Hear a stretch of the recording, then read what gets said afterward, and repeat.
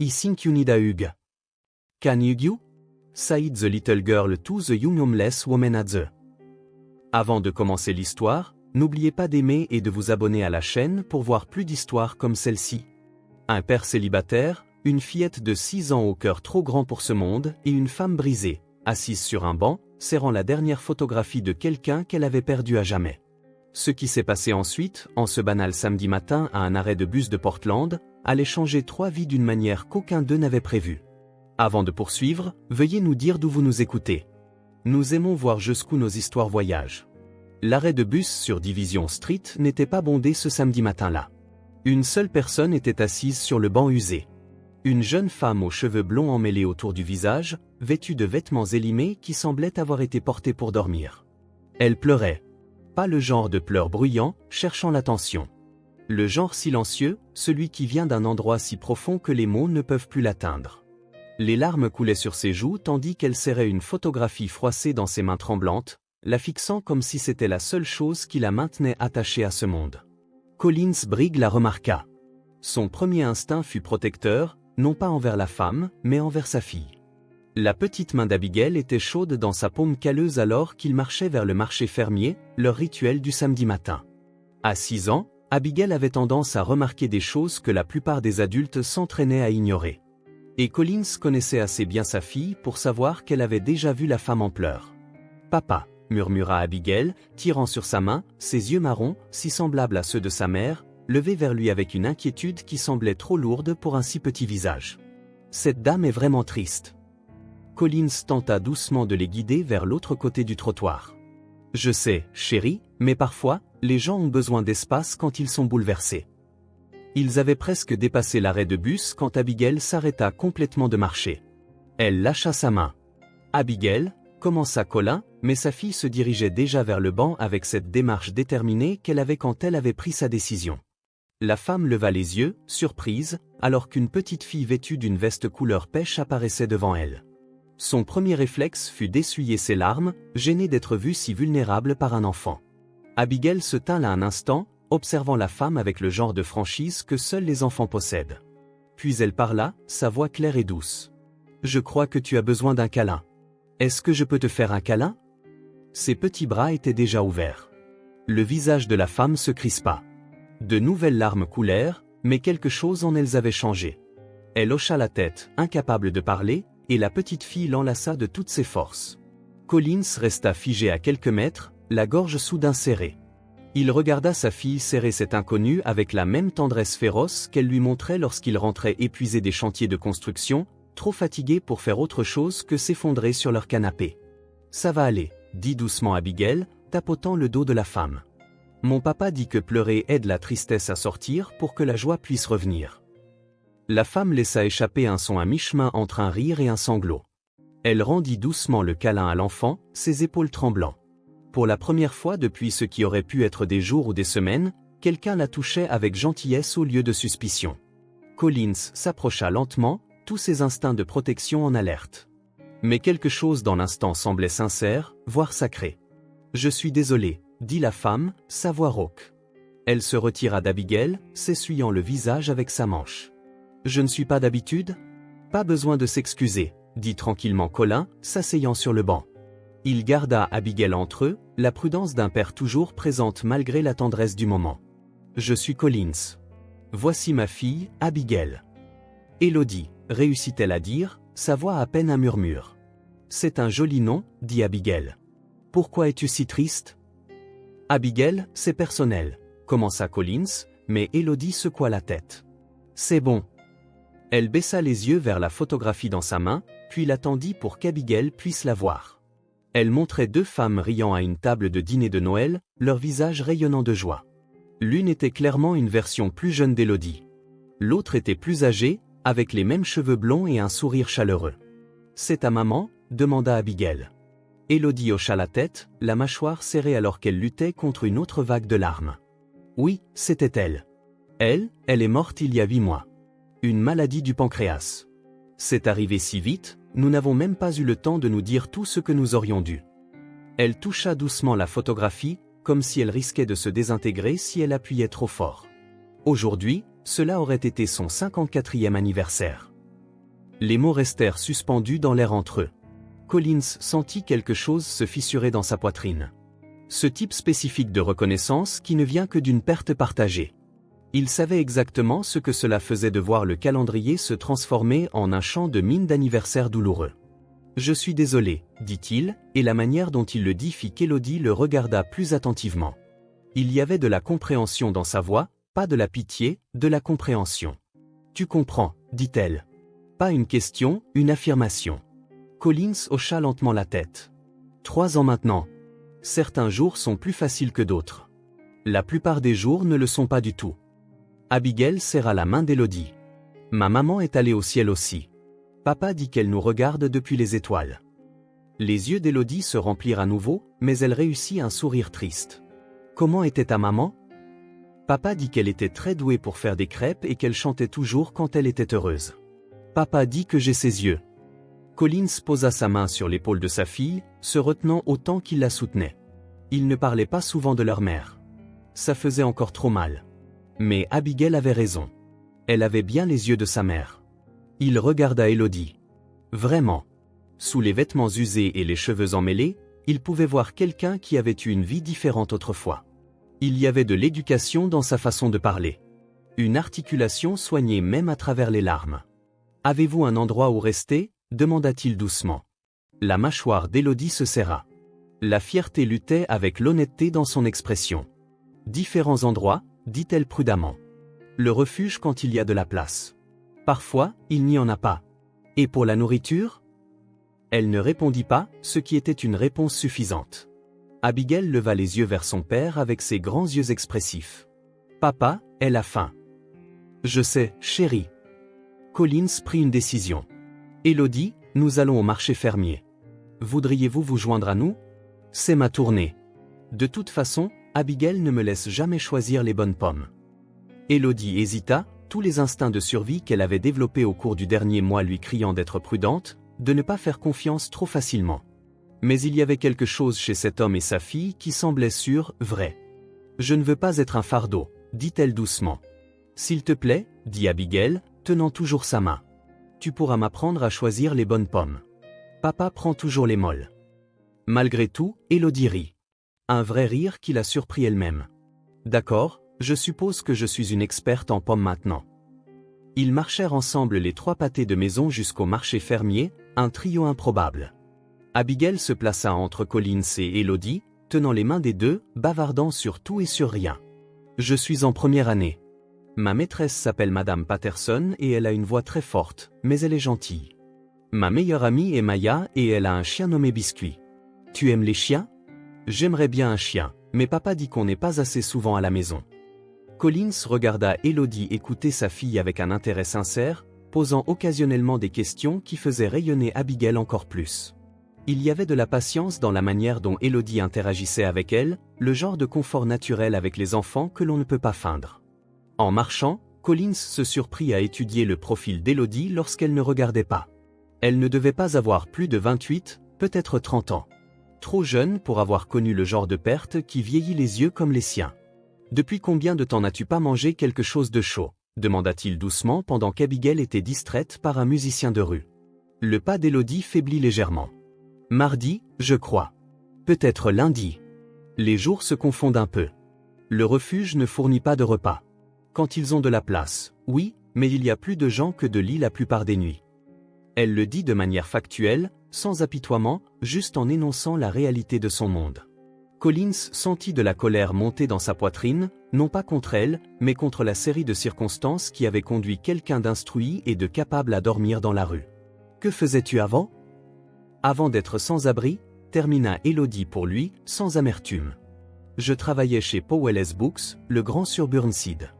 Je faisais l'inventaire, le service client, j'animais le programme de lecture du samedi pour enfants. » Un fantôme de fierté traversa son visage. « J'ai un diplôme en sciences de l'information de l'Université d'État de Portland. » Que s'est-il passé? Élodie resta silencieuse un instant, regardant Abigail courir devant pour regarder une vitrine. « Ma mère est tombée malade. La maladie du pancréas, ça ne plaisante pas. C'est rapide et c'est cher. J'ai pris du temps libre pour m'occuper d'elle. J'ai utilisé mes jours de maladie, puis mes jours de vacances, Puis j'ai commencé à manquer d'écart parce qu'elle avait besoin de soins constants ces dernières semaines. Elle déglutit difficilement. J'ai été licencié 3 semaines avant sa mort. J'ai perdu l'appartement 2 mois après ça. Je ne pouvais pas le payer avec les allocations chômage et les factures médicales avaient pris tout ce que nous avions.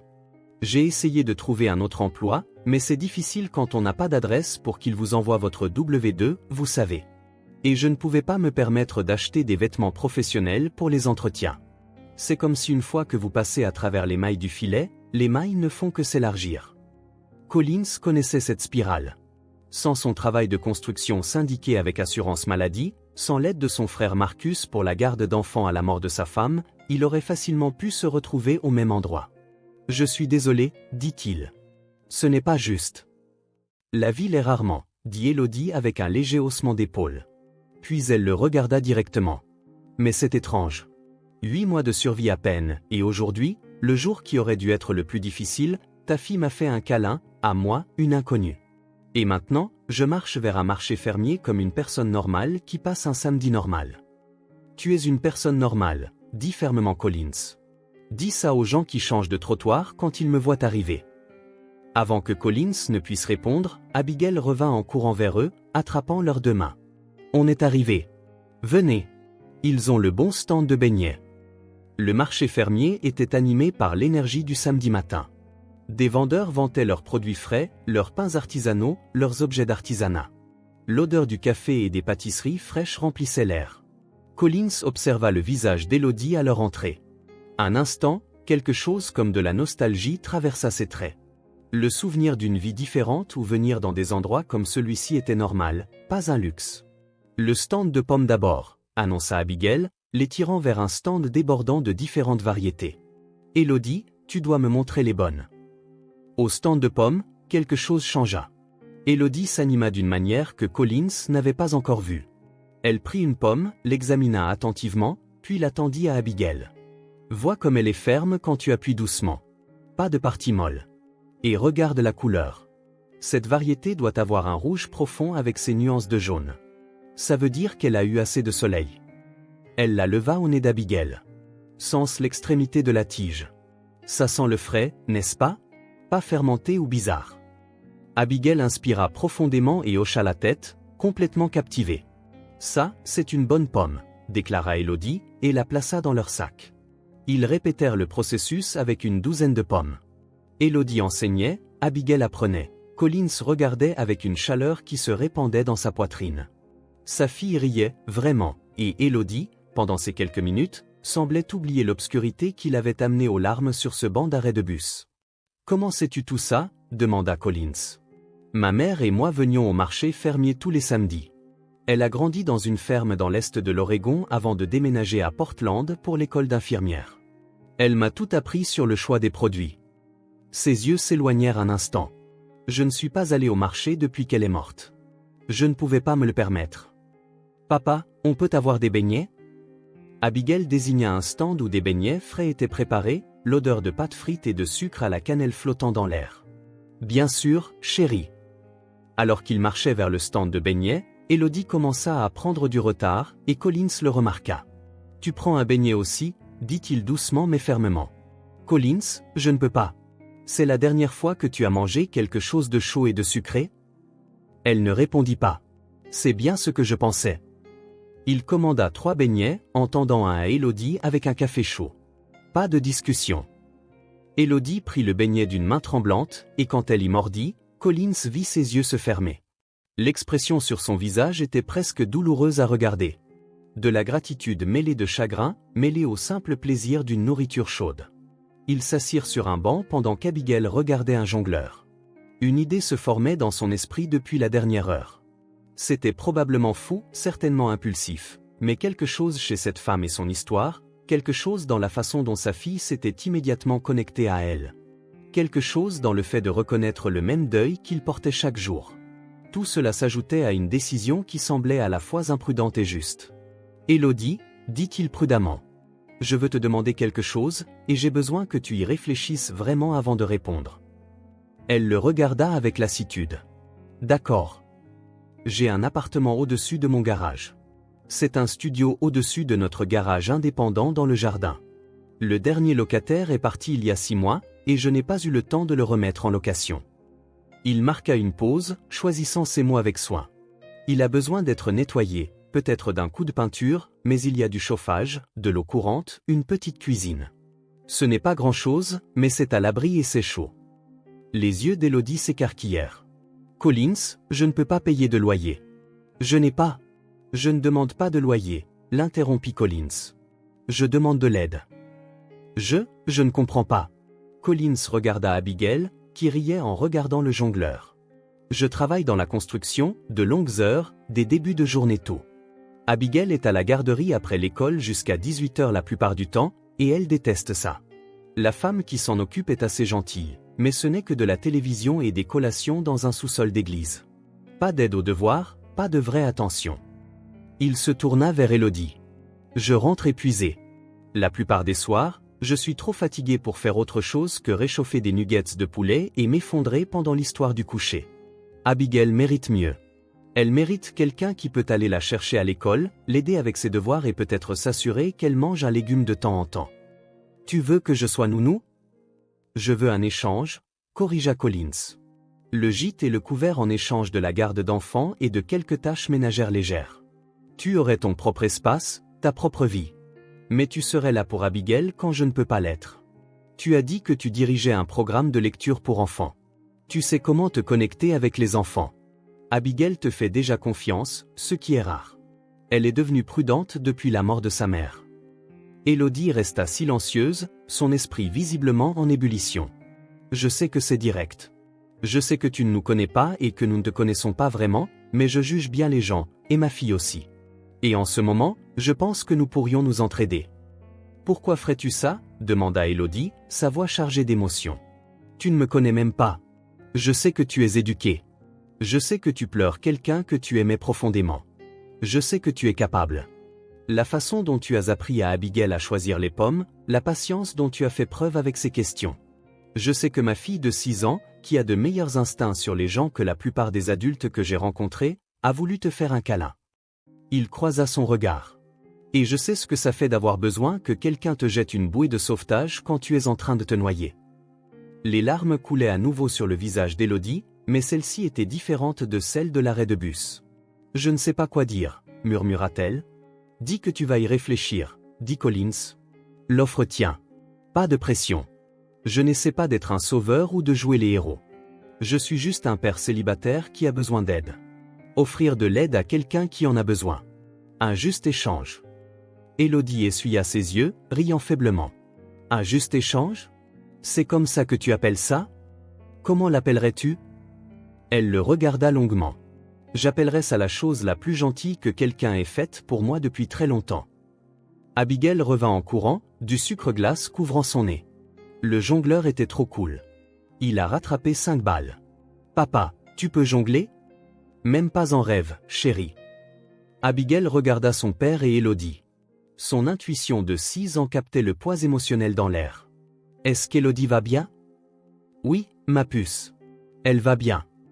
Abigail étudia le visage d'Élodie maculé de larmes, puis lui passa les bras autour de la taille. Je suis contente qu'on t'ait trouvé aujourd'hui. Élodie la serra dans ses bras, fermant les yeux. Au-dessus de la tête d'Abigail, elle regarda Collins. Pourrais-je avoir un peu de temps pour réfléchir à ton offre? Bien sûr. Prends tout le temps dont tu as besoin.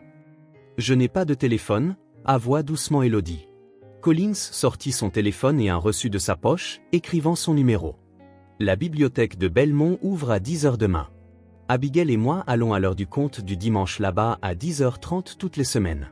Si tu veux en discuter davantage, trouve-nous là-bas. Élodie prit le reçu, le pliant soigneusement comme s'il était précieux. La bibliothèque de Belmont, 10h30. Pas de pression, insista Collins.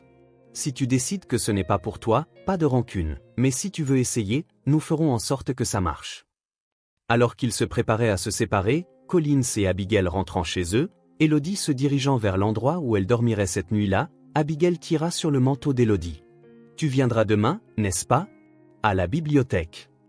Élodie s'agenouilla à la hauteur d'Abigail, regardant vraiment cette petite fille qui avait en quelque sorte changé toute la trajectoire de sa journée avec un simple câlin. Tu sais quoi? Oui, je serai là. Promis. Abigail tendit son petit doigt. Élodie lia son petit doigt à celui de l'enfant, sentant la simple confiance dans ce geste comme un poids et un cadeau à la fois. Je te le promets. Cette nuit-là, alors que Collins bordait Abigail dans leur petite maison de 2 chambres, elle leva les yeux vers lui avec des yeux sérieux. Papa, pourquoi as-tu invité Élodie à vivre avec nous? Collins s'assit sur le bord de son lit, réfléchissant attentivement à sa réponse. Sa fille était jeune, mais elle était intelligente. Elle méritait l'honnêteté. Tu te souviens le mois dernier quand tu as fait ce mauvais rêve avec des monstres et que tu as dit que serrer Monsieur Lapin te faisait te sentir plus en sécurité? Abigail hocha la tête, serrant le lapin en peluche usée qu'elle avait depuis sa naissance. Parfois, les adultes aussi ont besoin de ça. Pas la partie peluche, mais des gens pour leur rappeler qu'ils ne sont pas seuls face aux choses effrayantes. Élodie a perdu sa maman, et elle n'a personne pour l'aider à se sentir en sécurité en ce moment. Comme oncle Marcus et tante Jennifer nous ont aidés quand maman est morte. Collins sentit sa gorge se serrer. Exactement comme ça, chérie. S'il ne nous avait pas apporté de repas et aidé à te surveiller pendant que je travaillais, je ne sais pas comment nous aurions survécu à ces premiers mois. On rend l'appareil, demanda Abigail. C'était une expression que Collins lui avait apprise lorsqu'il donnait de vieux jouets à l'hôpital pour enfants, transmettant la gentillesse que d'autres leur avaient témoignée. Oui, ma puce. On rend l'appareil. Abigail resta silencieuse un instant, puis dit quelque chose qui serra le cœur de Colin. Je pense que maman aimerait Élodie. Pourquoi ça? Parce que maman disait toujours que la meilleure façon de guérir sa propre peine est d'aider à guérir celle de quelqu'un d'autre. Tu te souviens? Elle a dit ça quand on a apporté des fleurs à mademoiselle Sonia après la mort de son mari. Collins s'en souvenait. Sa femme avait prononcé ces mots exacts. 3 mois avant qu'elle-même ne meure inopinément sur une table d'opération, emportée par un caillot de sang que personne n'avait vu venir lors de ce qui aurait dû être une chirurgie de routine. Il embrassa le front d'Abigail, retenant ses larmes. Tu as absolument raison, chérie. Maman aimerait beaucoup Élodie. Après qu'Abigail se soit endormie, Colin s'assit dans son salon, buvant une bière, se demandant s'il avait pris la bonne décision. Inviter une inconnue à vivre sur sa propriété pour s'occuper de sa fille. Cela pouvait être considéré comme imprudent, voire dangereux. Mais quelque chose au fond de lui disait que c'était différent. Élodie n'était pas une menace. C'était quelqu'un qui se noyait et qui avait besoin que quelqu'un lui lance une corde. Et peut-être, juste peut-être, l'aider aiderait à guérir certaines des pièces brisées en lui et en Abigail. Il sortit son téléphone et envoya un SMS à son frère Marcus. J'ai fait quelque chose de potentiellement fou aujourd'hui. J'expliquerai demain, mais je pense que ça pourrait être le bon genre de folie. Marcus répondit immédiatement. Ça n'a pas intérêt à impliquer des motos ou du poker en ligne. Collins sourit malgré lui. Ni l'un ni l'autre. Je t'appelle demain après avoir su si ça se concrétise vraiment. Il se coucha cette nuit-là, ne sachant pas si Élodie se présenterait à la bibliothèque, ne sachant pas si son offre impulsive était sage, ne sachant pas ce que demain apporterait. Mais pour la première fois depuis 3 ans, il avait l'impression que peut-être, juste peut-être, quelque chose de bon arrivait. Le dimanche matin, Collins était nerveux. Il avait nettoyé l'appartement du garage la nuit précédente après qu'Abigail se soit couchée, balayé la poussière, lavé les fenêtres, s'était assuré que le chauffage fonctionnait et que l'eau chaude coulait. L'espace était petit, peut-être 40 mètres carrés, mais il y avait une cuisinette, une salle de bain complète et assez de place pour un lit et quelques meubles. Il sentait un peu le renfermer, mais rien que l'air frais et le temps ne puissent arranger. Si elle venait, si elle acceptait? À 10h27, Collins et Abigail entrèrent dans la bibliothèque de Belmont. L'heure du conte du dimanche ne commençait qu'à 10h30 et Collins se surprit à surveiller l'entrée, son rythme cardiaque accéléré d'une manière qui n'avait rien à voir avec la caféine. « Tu crois qu'elle va venir ?» murmura Abigail, lui tenant la main. « Je ne sais pas, chérie. Mais si elle ne vient pas, nous aurons quand même l'heure du conte, d'accord ?» Abigail hocha la tête, mais Collins pouvait voir la déception se former déjà dans ses yeux. Et puis, à 10h27, la porte de la bibliothèque s'ouvrit. Élodie entra. Elle avait réussi à se doucher d'une manière ou d'une autre, peut-être à une aire de repos pour camion, peut-être à un centre communautaire. Ses cheveux blonds étaient encore humides, mais soigneusement peignés. Quand elle les vit, son expression était nerveuse, mais pleine d'espoir. Abigail la repéra et se libéra immédiatement de la main de Collins, courant à travers la bibliothèque, ce qui leur valut un regard sévère de la bibliothécaire. « Tu es venu. Tu as tenu ta promesse. Élodie rattrapa la fillette volante dans un câlin, fermant les yeux en serrant l'enfant. Au-dessus de la tête d'Abigail, elle rencontra le regard de Collins. Il sourit et murmura « Merci ». Elle murmura en retour « Merci ». L'histoire du jour parlait d'un chat perdu qui retrouvait le chemin de sa maison, et Élodie s'assit avec lui. Abigail était nichée entre elle et Collins.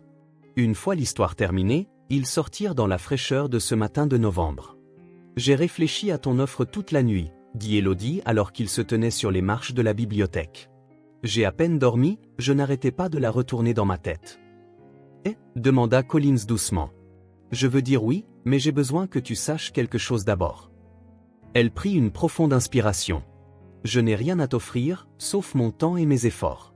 Je n'ai plus de référence. Powell ne m'en donnerait pas après mon licenciement. Je n'ai pas de vêtements professionnels pour les entretiens. J'ai survécu dans la rue pendant des mois, et ça vous change. Je ne suis plus la même personne qu'avant la mort de ma mère. Aucun de nous n'est la même personne qu'avant la perte, dit tranquillement Colin. Je ne suis pas l'homme que j'étais avant la mort de ma femme. Le changement n'est pas toujours mauvais.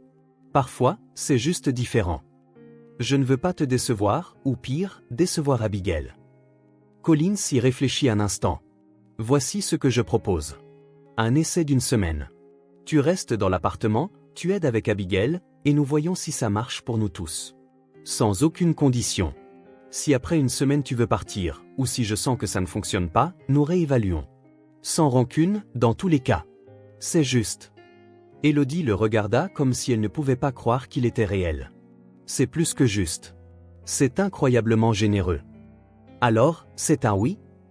Elle sourit, le premier vrai sourire qu'il lui avait vu. Oui, c'est un oui. Abigail poussa un hurrah et fit une petite danse là, sur les marches de la bibliothèque. Élodie va vivre avec nous. Papa, on peut lui montrer l'appartement maintenant? Si Élodie veut le voir.